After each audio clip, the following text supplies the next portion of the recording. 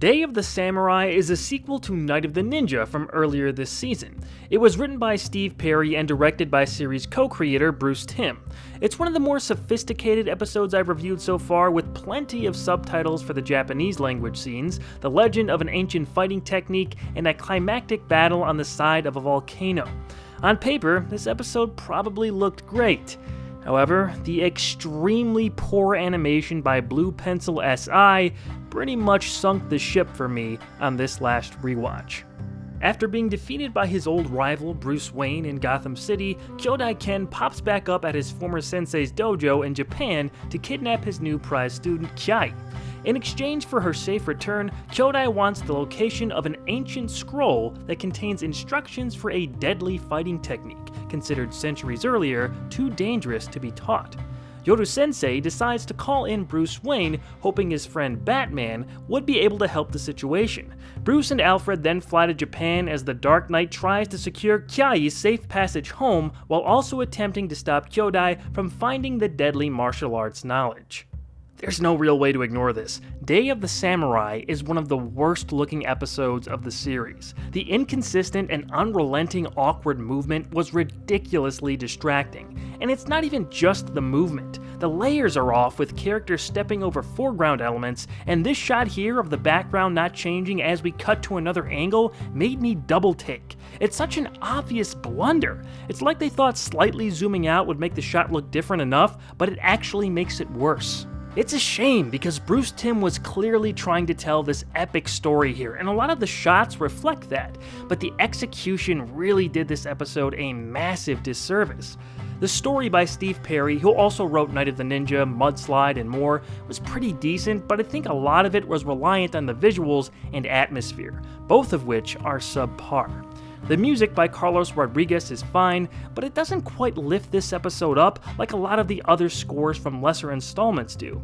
And the voice acting, while there's nothing wrong with the delivery, sometimes comes across as stilted because of how everything is paced. Blue Pencil SI only animated one other episode, that being the Riddler's debut in If You're So Smart, Why Aren't You Rich? I don't remember that episode looking so poor. I'm not sure what happened here, but they weren't used again, so I'm guessing the production team was unhappy with their work.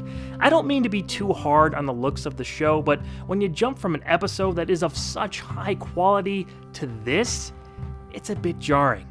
The concept for this episode is a memorable one, the mythical one-touch kill. Yoru-sensei's great-great-great-grandfather created the technique, and when he deemed it unsuitable to be taught, stashed the instructions in a secret location. Only the eldest son of each ancestor knew where it was hidden, and with Yoru not bearing any sons, the secret was to die with him. Eventually, Bruce secures Kyai's return, and Kyodai receives the location of the instructions. They're discovered behind a rock in the cave of a volcano. The brittle paper disintegrates upon a touch, but the piece describing the one-hit kill remains intact.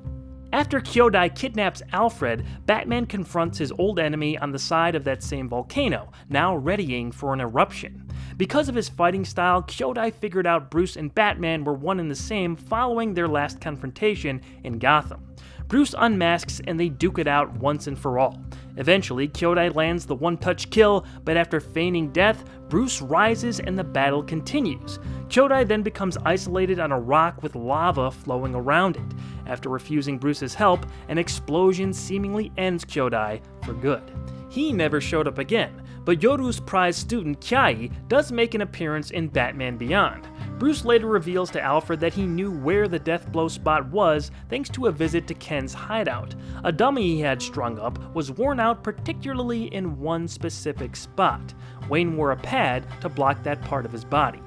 I will say, I remember this episode quite vividly from when I was a kid. Just something about the one-touch kill, Batman being active in Japan, and the final fight on the volcano continues to stick out in my memory. Through more modern eyes, the flaws are very apparent, but that doesn't mean the episode has no redeeming qualities.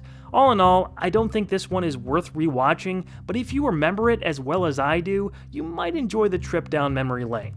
I feel like there was a really good episode beneath the surface on this one, and it just didn't come close to its potential. Similar type episodes come up soon where Batman travels the world to fight a foreign equal, and they're much better than this, so check back for those later this month.